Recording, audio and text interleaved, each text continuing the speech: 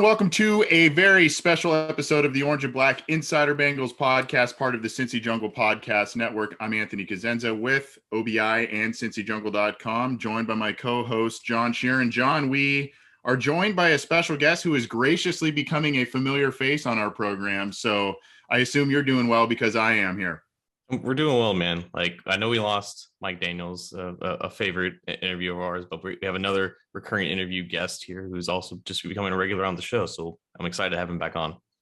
Yeah, we are joined once again by Sam Hubbard, who is joining us courtesy of Pepsi, and just happy to have him back. We're going to hear about some of the initiatives that he is working with on with Pepsi here. But Sam Hubbard, fresh off a new contract with the Cincinnati Bengals. How are you? I'm doing great. Thanks for having me on. Yeah, good to hear from you again. And I assume things are going well. Like I mentioned, let's just kind of start there. You signed a new contract with the Cincinnati Bengals. And, you know, a lot of times some players, you know, maybe the past couple of seasons haven't been as successful as it should be, but you're a high quality player and you decided you wanted to stay with the Cincinnati Bengals. When did that process start, and what was kind of going through your mind in terms of, hey, I like what's being built here and I want to stay with the Bengals going forward? Yeah, the process kind of, I think it was middle OTAs, early summer, and then continued on throughout the summer. Growing up here and seeing what the guys were adding, who was in the locker room, coaches, what was being built, I really didn't want to be anywhere else. I saw the vision. I love playing with Joe and all these guys, and couldn't imagine myself playing anywhere else. So the fact that we were able to get it done and figured out before the start of training camp was perfect because, that gave me confidence and, a great feeling leading into the season.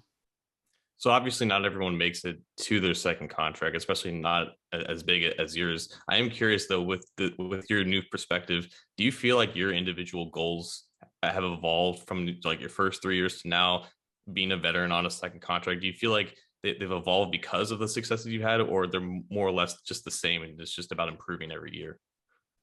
No, I think that they definitely change a little bit. When you're a young player like that, you're kind of just, worried about the future, what's going to come and stuff like that. But now that my future here is kind of secured, all my focus has gone into, what can I do to make this a playoff team, a successful team, being a leader here. And obviously I want to be the best player I can be, but it's more about, not as much personal goals and personal gains, but whatever I can do to help this team win and be successful, because that's ultimately what it's all about. That's where, why I love football. I love winning championships, winning games. That's what makes this game great. And that's what I'm focused on.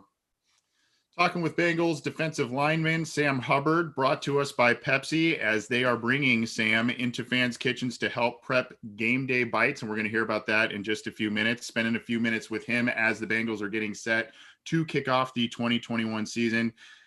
Sam, I think a lot of folks maybe thought there would be a little bit more of a shakeup in some of the staff and all of that.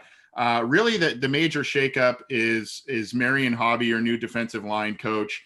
And maybe if you could talk a little bit about his coaching style and how that kind of meshes well with Lou Anarumo as he is now entering his third critical year as the Bengals defensive coordinator.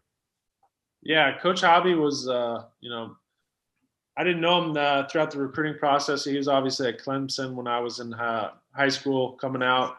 But, his resume throughout the league, and, I just talked to guys that he obviously had DJ Reader at Clemson before the season. I asked him about him. He said, he's going to coach us hard. He's going to get us right, though. And, ever since I met him, he's elevated each of our games and got us playing as a unit at a very high level very quickly.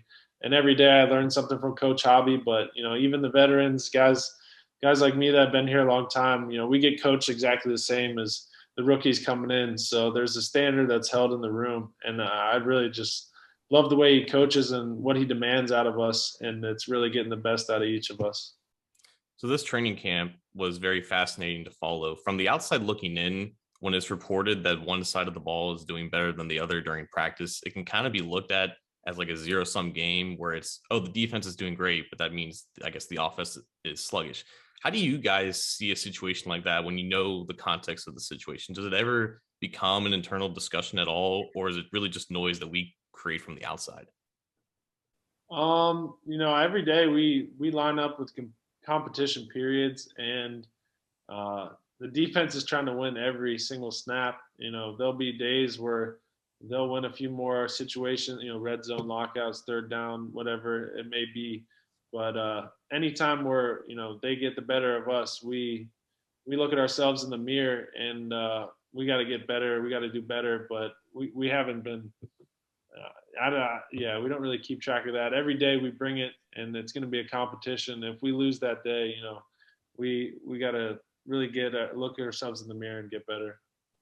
Talking with Sam Hubbard of the Cincinnati Bengals, brought to us by Pepsi and their Made for Bengals Watching campaign. We're going to hear about that in just a minute here. Sam, kind of made this maybe a little bit of a different question for you, but a lot of talk about the Bengals and a lot of question marks about this team reside actually on your counterparts on the offensive line. You have gone up in training camp thus far and in spring, summer against a lot of those guys. There are a lot of new faces on the offensive line. You've taken it to some rooks by reports at camp. So I guess if you could, how is that offensive line looking in terms of potential improvement, potential talent? There seems to be some good developmental guys on that unit, but you've gone up against them day after day so far. So if there's a lot of progress that has been made, we'd love to hear about it. No, there's been a significant amount of progress, and that's, it starts off with Coach Pollock. I obviously had him my rookie year, and he's a very demanding coach. You can they've got some, Riley Reif's an example. He's out there probably 30 minutes before the whole team gets out there. The O-line's out there as a unit 20 minutes before practice, going through little techniques, individual. They're there as a unit 20 minutes after practice every day. And, it was a process at first. They're shuffling a lot of guys around, seeing who fits where. But you just see each one of them experimenting new techniques and getting better each day. I think that they're getting more confidence as camp has gone on with the coaching that Coach Pollock's given them. He's given them tools in their toolbox. They're showing us different sets and things like that. And, they're always been very physically gifted. But I really think that the leadership that they have from the older guys like Riley and Xavier are really helping these young guys, along with the coaching and tools that they're getting to make these strides that you're seeing in the preseason and hearing about. Well, I mean, you guys on the defense line have made strides too in the preseason as one of the most impressive position groups on this team right now. Do you think that just seeing like the progress in the offensive line and seeing their preparation increase, being out in practice early and late, do you think that has also kind of sparked the defensive line to get better as well? Yeah, I mean, we hear, obviously we're last in the league in sacks. Offensive line's been hearing a lot of criticism for a lot of years. We hear that stuff for sure, and it's motivating. That motivates me every day. And to have two motivated groups like that want to get better going against each other every day, I mean, that's one way to improve pretty quickly. So I think that's really what's going on. And, every day I'm going against Riley and he's going against me, and we're not backing down 1 inch. It's a tough competition, but we're both getting each other better. We're going to hear in just a second what Sam Hubbard has going on with Pepsi and the Made for Bengals Watching campaign that he has been working with them on. Just real quick, before we get you out of here, I know you're extremely busy, Sam. Expectations for this year, we've had some kind of high hopes. Now this is, as I mentioned, kind of a critical third year for a lot of these coaches in this staff. It seems like the roster has been kind of made over in their image. They've kept core players like yourself. Expectations for this year in terms of the Cincinnati Bengals in 2021? I think that nobody's talking about us, and I kind of like it that way because I want to surprise some people, and I think that this whole locker room wants to surprise some people with the way we play, winning games. Our goal is obviously nothing less than winning the division. We want to go to the playoffs. We feel that we have a good enough team We're working every day like a playoff team. Guys have been on playoff teams and are now on our team and say that, we think we're going to be really good, and now it's time to do it on the field. And I'm excited about getting out there week 1. Well, we're excited about what the team has been showing in preseason, the talent that they've accrued, and the fact that they were able to extend you to have you stay with the team for the next handful of years. And we know that good things are ahead for you. And as we've mentioned, you are joining us courtesy of Pepsi and the Made for Bengals Watching campaign. Pepsi is always in tune with diehard fans. And there are a few fan bases, I guess I'm biased, but there are a few fan bases that are as diehard as we Bengal fans.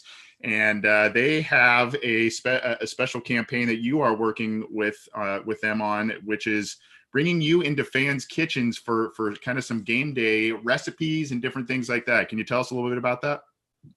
Yeah, like you said, teaming up with Pepsi to the Made for Bengals Watching campaign, and it's been a weird year in a lot of ways, and they've got some new technology, some cool new stuff. They're launching their new AR experience, which is kind of bringing me virtually into the homes of these fans. It's all about the fans they want to give back to, but I'll be in there helping them with recipes, tailgating, and really just celebrating the overall game day experiences for these fans that have been so good to us. So I'm excited to partner with them. Well, thanks to you and your generosity with your time, and to the folks at Pepsi for letting us speak with you about what you've got going on with them and what's ahead for the Bengals in 2021. I'm going to be on my way out to Cincinnati from Southern California in the stadium, rooting you on, Sam, in person. So for week 1 there. So I'll be seeing you there, and best of luck ahead. I hope continued good health, and of course, a lot of success for you and the team going forward. Thanks for joining us. Thank you. Always a pleasure.